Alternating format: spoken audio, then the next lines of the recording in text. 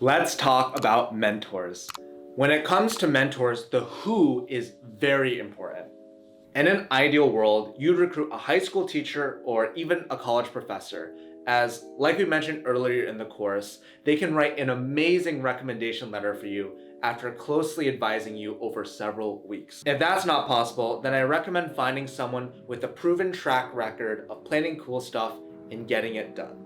This could be a real entrepreneur who's raised venture capital funding and stuff, or just a kid in your neighborhood a few grades above you who launched an initiative that you thought was really neat. A third and final option is to select a mentor based on experience. If you're working on a baking initiative and want to get some experience and legitimacy, it might be a good idea to talk to some local bakers in your area and see how you might work with them. Generally speaking, I recommend having 2 solid mentors in your corner and touching base with them once a week.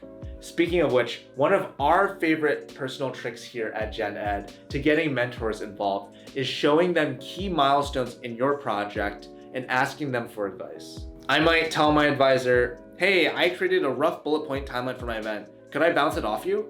Or, hey, I've drafted an email to send out to some news channels to feature what we've been building. Do you mind taking a look?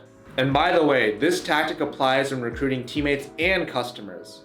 This activity is really simple. All you have to do is identify 4 to 8 potential mentors and ask them if they'd be willing to help you along in your journey.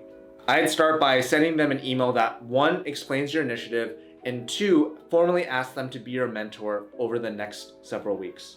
If you email 6 potential mentors, approximately 2 or 3 will say yes.